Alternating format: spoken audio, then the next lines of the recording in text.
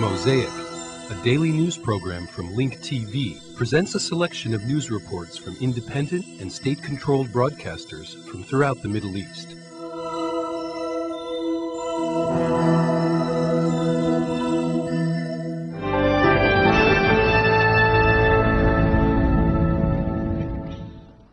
Welcome.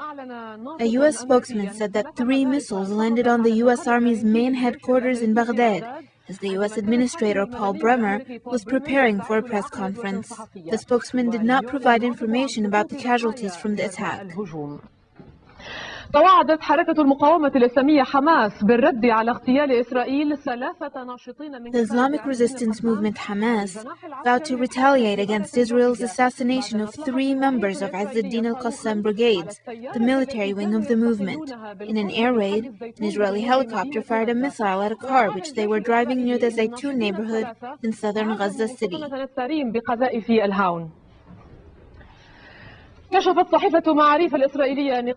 Israeli Ma'arif newspaper revealed a new scandal involving Prime Minister Ariel Sharon, indicating business ties between his family and the family of the Israeli hostage Al-Hanan Tannenbaum was released by Hezbollah in a prisoner swap last January, which may have affected Sharon's decision to close the prisoner deal. The Israeli opposition demanded establishing a commission to investigate the situation.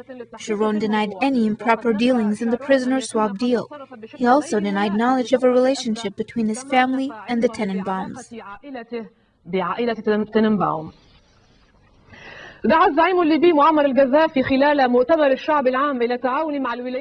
During a general people's conference, the Libyan leader Muammar al-Gaddafi called for cooperation with the United States and Europe. Referring to the Palestinian leadership in particular, Gaddafi said that his country's poor relationship with the US and Europe was always caused by foreign issues. Meanwhile, Kurt Weldon, the head of an American congressional delegation visiting Libya, said that by the end of the year, there will be full relations between the United States and Libya on various issues.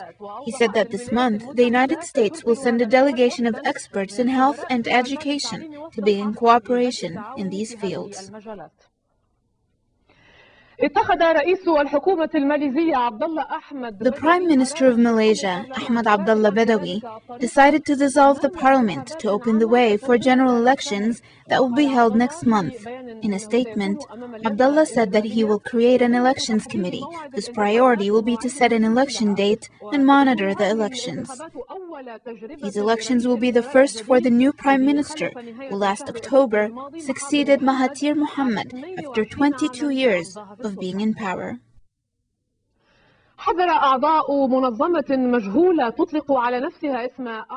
Members of an unknown organization called AZF threatened to detonate 10 programmed explosive devices on France's railway tracks unless it is paid $4 million or 1 million euros. The French authorities are taking this threat seriously, since last month they found an explosive device under rail tracks between Paris and Toulouse, in the area of Limoges in central France, which they were able to defuse.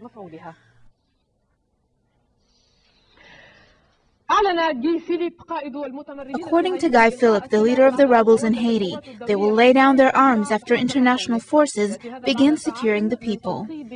This came hours after he appointed himself military chief.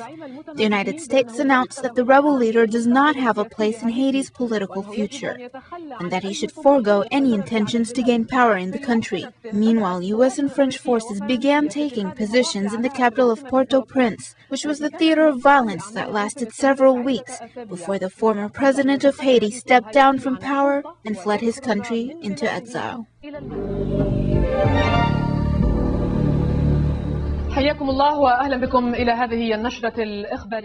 Greetings and welcome to the news. 3 members from the Izz ad-Din al-Qassam brigades, Hamas's military wing, were martyred today during an Israeli air raid. An Israeli airplane had fired a missile at the men's vehicle while they were driving near the Zaytun district in southern Gaza.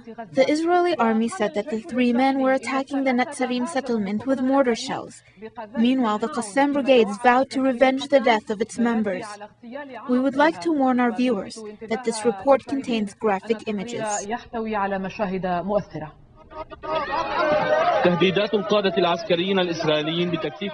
Israeli military leaders vowed to escalate the assassination operations targeting Palestinian activists, and they are standing by their threats. An Israeli military airplane fired a missile at 3 members from the Qassam Brigades, Hamas military wing. The 3 men were driving near the Zaytun district in southern Gaza, only a small distance from the Natsarim settlement. Their vehicle caught on fire, and the 3 men were killed, and their bodies were charred. Following the explosion, people rushed to pull the bodies out of the vehicle, but experienced difficulty in doing so because they were being shot at from the Natsarim settlement. An F-16 airplane was flying over the area when we